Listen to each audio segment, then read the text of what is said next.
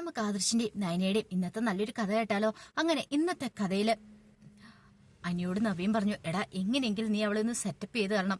എടാ എനിക്ക് അവളെ അത്ര ഇഷ്ടമായതുകൊണ്ടാ. അമ്മയൊക്കെ പറഞ്ഞ് ഞാൻ പിന്നെ എങ്ങനെയെങ്കിലും സമ്മതിപ്പിച്ചോളാം. പക്ഷെ അവളുടെ മനസ്സ് ആദ്യം അറിയണമല്ലോ. അത് കേട്ട് കഴിഞ്ഞപ്പോ എനിക്ക് എന്ത് മറുപടി പറയണം നടത്തില്ല. അപ്പോഴേക്കും നവീൻ പറഞ്ഞു, എടാ പിന്നെ അവളുടെ ഏറ്റവും വലിയ മോഹം ഇപ്പൊ IAS എടുക്കണമെന്നല്ലേ? അവളെ ഞാൻ പഠിപ്പിച്ചോളടാ. കല്യാണത്തിന് ശേഷമാണെങ്കിലും അവൾക്ക് പഠിക്കാലോ. ഒന്നില്ലെങ്കിലും ഒരു IAS കാരിയുടെ ഭർത്താവ് എന്ന് പറയുമ്പോ തന്നെ ഒരു ഗെറ്റപ്പ് ഇല്ലേ എന്നൊക്കെ ചോദിച്ചു. അനി എല്ലാത്തിനും സമ്മതിച്ചു, ശരി എന്നൊക്കെ പറഞ്ഞു. പിന്നീട് അനി ഭയങ്കര വിഷമത്തോട് കൂടിയിട്ടാണ് പോകുന്നത്. ഈ സമയത്ത് നയനെ ആദർശ് വിളിക്കുന്നുണ്ട്. അപ്പോഴേക്കും നയനെ ചോദിച്ചു, ആദർശ് എന്നെ എത്തിയോന്ന് ചോദിക്കുക. എത്തി. യാത്രയൊക്കെ സുഖമായിരുന്നു. വേറെ പ്രശ്നങ്ങളൊന്നും ഇല്ല. അതെ എനിക്കറിയായിരുന്നു നീ ഞാനിങ്ങോട്ട് പോന്നു കഴിഞ്ഞാൽ ഭയങ്കര ടെൻഷനോടെ ഇരിക്കുന്നു. അതാ ഞാനിവിടെ എത്തിക്കഴിഞ്ഞ ഉടനെ വിളിച്ചെന്ന് പറഞ്ഞു. നയന പറഞ്ഞു, അതെ എനിക്ക് നല്ല വിഷമമുണ്ട്. ആദർശേട്ടനെ ആദ്യമായിട്ടല്ലേ ഇങ്ങനെ ഇത്ര നാള് പിരിഞ്ഞിരിക്കുന്നത്. അതിൻ്റെതായ ഒരു ബുദ്ധിമുട്ടൊക്കെ ഉണ്ടെന്ന് പറഞ്ഞു. സാരമില്ല, നിന്റെ ആരോഗ്യകാര്യങ്ങളൊക്കെ നന്നായിട്ട് ശ്രദ്ധിക്കണം കേട്ടോ എന്നൊക്കെ ഇങ്ങനെ നയനെ ഉപദേശിക്കുന്നുണ്ട്. അപ്പോഴേക്കുവാണ് ദേവേനെ അങ്ങോട്ടേക്ക് വരുന്നേ. ദേവേന് വന്നു കഴിഞ്ഞപ്പോഴത്തേനും നയന പറഞ്ഞു, ഇതേ അമ്മ വരുന്നുണ്ട്, അമ്മയ്ക്ക് കൊടുക്കാന്ന് പറയണേ.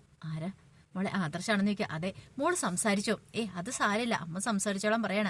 അങ്ങനെ ദേവേനി ഫോൺ വാങ്ങിയിട്ട് ആദർശനോട് വിശേഷങ്ങളൊക്കെ തിരക്കുവാണ്. പിന്നീട് ആദർശനോട് പറഞ്ഞു, എടാ അറിയാലോ നിനക്ക് ഒരു കാര്യങ്ങളൊരു ശ്രദ്ധയില്ല നിന്റെ ആരോഗ്യകാര്യത്തിൽ, അതൊക്കെ നന്നായിട്ട് നോക്കണം. ജോലി തിരക്കൊന്നും പറഞ്ഞുകൊണ്ട് ഓടിച്ചാടി നടന്നിട്ട് കാര്യമില്ല. അത് കേട്ടപ്പോ ആദർശ് പറഞ്ഞു, അമ്മേ എന്റെ കാര്യം ഞാൻ നോക്കിക്കോളാം, അവളെ നന്നായിട്ട് നോക്കിയാൽ മതി. പിന്നെ അവളെ നോക്കാൻ ഞങ്ങളിവിടെ എല്ലാരും ഉണ്ടാ. ആ കാര്യം ഓർത്ത് നീ പേടിക്കണ്ട. ഒന്നുമില്ലേലും ഞാനുണ്ട്. നിന്റെ മുത്തശ്ശിക്കില്ലേ, അവളുടെ കാര്യങ്ങളൊക്കെ ഭംഗിയായിട്ട് ഞങ്ങൾ നോക്കിക്കോളും. നിന്റെ കാര്യത്തിൽ അതിന് ഇപ്പൊ അവൾക്ക് ടെൻഷൻ അറിയാലോ. ടെൻഷൻ അടിക്കണ്ടെന്ന് അവളോട് പറഞ്ഞേരെ. അങ്ങനെയൊക്കെ പറഞ്ഞിട്ട് കോള് കട്ട് ചെയ്തു. ഇതേ സമയത്ത് നയനയുടെ അടുത്ത് വന്നിട്ട് ദേവേന് പറഞ്ഞു, മോൾക്ക് സങ്കടമായിരിക്കൂല്ലേ? അങ്ങനെ സങ്കടം എന്ന് ചോദിച്ചാ കുറച്ച് വിഷമമുണ്ടമ്മേ. ആദ്യമായിട്ടല്ലേ ഇത്ര ദിവസം പിരിഞ്ഞിരിക്കാൻ പോകുന്നേ. മോള് വിഷമിക്കൊന്നും വേണ്ട. എനിക്കറിയായിരുന്നു കല്യാണം കഴിഞ്ഞ സമയത്ത് നിങ്ങൾ രണ്ടുപേരും തമ്മിൽ നല്ല ശത്രുതയിലാണല്ലോ. അന്ന് നിങ്ങൾക്ക് അങ്ങനെ ഇഷ്ടങ്ങളും കാര്യങ്ങളൊന്നും ഉണ്ടായിരുന്നില്ലല്ലോ. ഒരുപക്ഷെ അന്നായിരുന്നെങ്കിൽ മോൾക്ക് ഇത്ര സങ്കടം തോന്നത്തില്ലായിരുന്നു. നയന പറഞ്ഞു, അതെ പക്ഷെ ആ സമയത്ത് അമ്മയ്ക്കും എന്നെ ഇഷ്ടമില്ലായിരുന്നല്ലോ. അതുകൊണ്ട് അതിൻ്റെതായ ബുദ്ധിമുട്ടുണ്ടായിരുന്നു. പക്ഷെ ഇപ്പോഴങ്ങനെയല്ല. ആദർശൻ ഇവിടെ ഇല്ലെങ്കിലും അമ്മ എൻ്റെ കൂടെ ഉണ്ടല്ലോ, അത് മതി. ആ സമയം ദേവേന് പറഞ്ഞു, ചില ബന്ധങ്ങളൊക്കെ ഇങ്ങനെയാ മോളെ. കല്യാണം കഴിഞ്ഞ് കഴിയുമ്പോഴത്തേനും ചില അമ്മായിമ്മമാര് മരുമോളെ കയറ്റി തലയിലെടുത്ത് വെക്കും.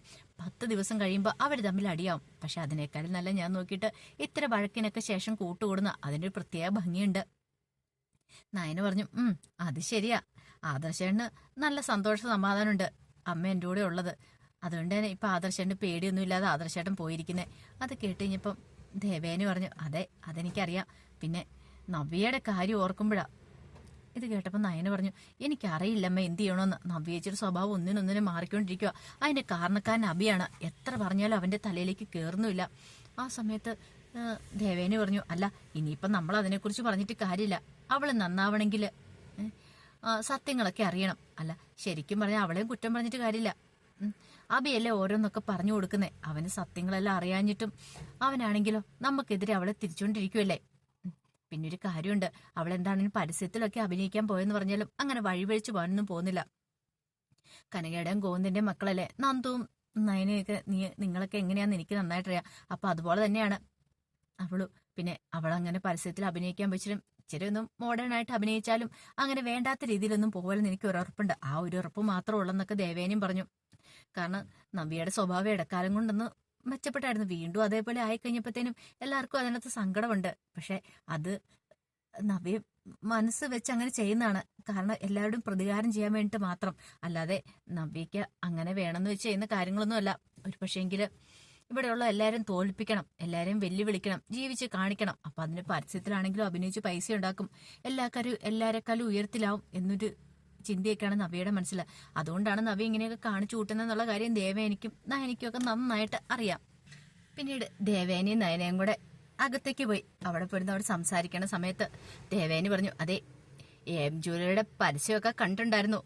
അത് മാത്രമല്ല അവിടെ 1-2 എന്റെ ഫ്രണ്ട്സ് ഒക്കെ പോയിട്ടുണ്ടായിരുന്നു പറഞ്ഞു. അവിടെ നല്ല കളക്ഷൻസും കാര്യങ്ങളൊക്കെ ഉണ്ട്, പുതിയ മോഡൽ ഡിസൈൻസ് ഒക്കെ വന്നിട്ടുണ്ടെന്നാ പറഞ്ഞു. അത് കേട്ട് കഴിഞ്ഞപ്പം നയന പറഞ്ഞു, അല്ലമ്മേ അങ്ങനെയാണെങ്കിൽ നമുക്കത് വലിയ വെല്ലുവിളി ആവുമല്ലോ. അത് ശരിയാ മോളെ. കാരണം നല്ല ഡിസൈനൊക്കെ വന്നു കഴിഞ്ഞിട്ടുണ്ടെങ്കിൽ പിന്നെ കൂടുതൽ ആൾക്കാർ അതല്ലേ ശ്രദ്ധിക്കത്തുള്ളൂ എന്ന് പറയണ. നയന പറഞ്ഞു, അപ്പം നമ്മൾ കൂടുതൽ ഇനി ഹാർഡ് വർക്ക് ചെയ്യേണ്ടതായിട്ട് വരും. ദേവേനി പറഞ്ഞു അത് മാത്രമല്ല അവര് നല്ല രീതിയിൽ പരസ്യങ്ങളൊക്കെ കൊടുക്കുന്നുണ്ടല്ലോ. അതിനെക്കുറിച്ച് സംസാരിക്കണ സമയത്താണ് നവ്യ അങ്ങോട്ടേക്ക് വരുന്നത്. അപ്പൊ പരസ്യത്തിൽ അഭിനയിച്ചിട്ട് ഉള്ള വരവാണ്. അവളുടെ വരവും മട്ടും ഭാവവും കണ്ടിച്ചപ്പോ നയനിക്ക് ഒട്ടും അങ്ങോട്ട് പിടിച്ചില്ല. അങ്ങനെ നവ്യ അങ്ങോട്ട് വന്നു കഴിഞ്ഞപ്പോ നയന ചേച്ചി ഇത് എവിടെ പോയതാ? അതെ, എനിക്ക് നിന്നോടൊന്നും വെളിപ്പെടുത്തേണ്ട കാര്യമില്ല. അതൊക്കെ നിന്നോട് പറയണോ ഞാന്? എനിക്ക് ഇഷ്ടമുള്ളിടത്തൊക്കെ ഞാൻ വരുകയും ചെയ്യും. അതൊന്നും നിന്നോട് എനിക്ക് ബോധ്യപ്പെടുത്തേണ്ട കാര്യമില്ലെന്നും പറഞ്ഞ് ദേഷ്യപ്പെട്ടു. അപ്പോഴേക്കും ജലജ അങ്ങോട്ട് വന്നു. ആഹാ, മോള് വന്നോ എന്ന് ചോദിച്ചു. മുത്തശ്ശനും മുത്തശ്ശിയും കൂടെ അങ്ങോട്ട് ഇറങ്ങി വരുവാണ്. നവ്യനെ അടിമുടിയൊന്ന് നോക്കി ജലജ ചോദിച്ചു, എങ്ങനെയുണ്ടായിരുന്നു മോളെ പരസ്യത്തിന് പോയിട്ട്? പരസ്യത്തിന് പോയിട്ട് കൊള്ളായിരുന്നു. അല്ല, എങ്ങനെയായി? ഫൈനലായിട്ടില്ല, ഫൈനലാവുന്നുള്ളൂ. പിന്നെ പരസ്യത്തിൽ അഭിനയിച്ചൊക്കെ ഒരു പെൻഡ്രൈവിലാക്കി തന്നിട്ടുണ്ട് എന്ന് പറഞ്ഞു. അങ്ങനെ എന്ത് ചെയ്യുവാണ്, അത് ടി വിയിലേക്ക് അവിടെ കണക്ട് ചെയ്യുവാണ്. ആ പരസ്യം കണ്ടു കഴിഞ്ഞപ്പോഴത്തേനും എല്ലാവരും ഒന്ന് ഞെട്ടിപ്പോയി. കാരണം അതുപോലത്തെ വേഷവിധാനങ്ങളൊക്കെ ആയിരുന്നു നവ്യയുടെ. കുറച്ചു കഴിഞ്ഞപ്പോഴത്തേനും മുത്തശ്ശിക്ക് ദേഷ്യം വന്നു. മുത്തശ്ശി പറഞ്ഞത് ഓഫ് ചെയ്യാൻ പറയാണ് ദേഷ്യപ്പെട്ട്. അപ്പോഴേക്കും നവീഷ് എന്തിനാ ഓഫ് ചെയ്യുന്നേ? ഇപ്പൊ ടി വി ഓഫ് ചെയ്താലും ഇനി ഇത് എല്ലാരും കാണാനായിട്ട് പോവാ. ഓഫ് ചെയ്യേണ്ട കാര്യമൊന്നുമില്ല മുത്തശ്ശി. മുത്തശ്ശനോട് ചോദിച്ചു, എന്റെ പരസ്യം എങ്ങനെയുണ്ട്? പരസ്യമൊക്കെ കൊള്ളാം, പക്ഷേ ഇത്രയും കൂടെ വസ്ത്രങ്ങൾ വേണമായിരുന്നു. വസ്ത്രങ്ങൾ ഇത്ര കുറയ്ക്കേണ്ട കാര്യം ഉണ്ടായിരുന്നു നവിയെന്ന് പറയണം. അത് കേട്ടപ്പം നവി പറഞ്ഞു, അതെ, അതൊക്കെ എന്റെ ഇഷ്ടമാണ്. നയന പറഞ്ഞു, ചേച്ചി ഇത് എന്താ ഇങ്ങനെയൊക്കെ പറയണെന്ന് ചോദിക്കുക. ചേച്ചി ആരോട് എന്താ സംസാരിക്കണം എന്നറിയോ? എനിക്കറിയാം, ഈ കുടുംബത്തിലുള്ള അംഗങ്ങളോട് എനിക്ക് സംസാരിക്കാൻ മേലെ. ഇനിയിപ്പം എനിക്ക് അതൊന്നും നോക്കേണ്ട കാര്യമില്ല. ഓ, എന്നെയും എന്റെ ഭർത്താവിനെയും എന്റെ മകളെയൊക്കെ ഈ വീട്ടിൽ നിന്ന് ഇറക്കി വിടാൻ നോക്കുന്നവരല്ലേ നീയും ഈ വീട്ടിലുള്ളവരും. അത് മാത്രമല്ല, എന്റെ ഭർത്താവിന് ഇപ്പൊ ജോലിയും കാര്യങ്ങളൊന്നും ഇല്ലല്ലോ. അപ്പൊ ഞാൻ നോക്കി കഴിഞ്ഞപ്പം എനിക്ക് ജോലി എടുത്തിട്ടാണെങ്കിലും എന്റെ കുടുംബത്തെ മുന്നോട്ട് കൊണ്ടുപോകണം. അപ്പൊ അതിന് വേണ്ടിയിട്ടാ ഞാനിതൊക്കെ ചെയ്തുകൊണ്ടിരിക്കണം എന്ന് പറയണം.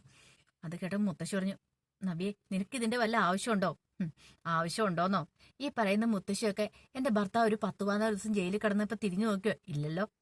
അപ്പൊ പിന്നെ എന്റെ ഇഷ്ടത്തിന് ഞാൻ പോന്നേ, അല്ലാതെ എന്നെ ഇനിയിപ്പൊ തടയാൻ ആരും ശ്രമിക്കുകയും വേണ്ട. ആ സമയത്ത് നബി പറഞ്ഞു, ഇനിയിപ്പൊ തടയാൻ ശ്രമിച്ചിട്ടും കാര്യമൊന്നുമില്ല. എന്റെ ഭർത്താവിന്റെ അനുമതിയോട് കൂടിയിട്ടാ ഞാനിതൊക്കെ ചെയ്യുന്നേ. അവരുടെ സമ്മതം ഉണ്ട് താനും. എനിക്കിപ്പോ വേറെ ആരുടെ സമ്മതത്തിന്റെ കാര്യമൊന്നുമില്ല. മുത്തശ്ശനെയും കൂടെ ഉദ്ദേശിച്ചിട്ടാണ് ഇതൊക്കെ പറയണേ. എനിക്ക് ഭയങ്കര വിഷമമായിപ്പോയി. നായന പറഞ്ഞു, ചേച്ചി ഇതൊന്നും ശരിയല്ല കേട്ടോ. അതെ, നീ നിന്റെ കാര്യം നോക്കിയാൽ മതി. എന്റെ കാര്യം നോക്കാനായിട്ട് എനിക്കറിയാം. എന്ത് ചെയ്യണമെന്നും എനിക്കറിയാം. ഇനിയിപ്പം ഇത് അനന്തപുരി കുടുംബം അറിയപ്പെടാൻ പോകുന്ന ഈ നവ്യയുടെ പേരിലായിരിക്കും. കുറച്ച് പരസ്യത്തിലൊക്കെ അഭിനയിച്ച് കഴിയുമ്പോഴത്തേനും തന്നെ ഞാൻ അങ്ങോട്ട് ഹിറ്റാവും. ഇപ്പൊ തന്നെ ഓരോരുത്തരൊക്കെ വിളിച്ചു തുടങ്ങിയിട്ടുണ്ട്. എം ജുവലറിയുടെ പരസ്യത്തിൽ അഭിനയിച്ചതിന് ശേഷമാണ് ഇപ്പൊ ഈ പരസ്യം എനിക്ക് വന്നിരിക്കുന്നത്. ഒരു നല്ല പരസ്യമായിട്ട് എനിക്ക് തോന്നേ കണ്ടു. ഇനിയിപ്പം ഞാൻ അങ്ങോട്ട് കത്തിക്കയറാൻ പോവാ. നിങ്ങളൊക്കെ അന്താളിപ്പോടെ അനുഭവത്തോടു കൂടി നോക്കി ഇരിക്കുള്ളൂ.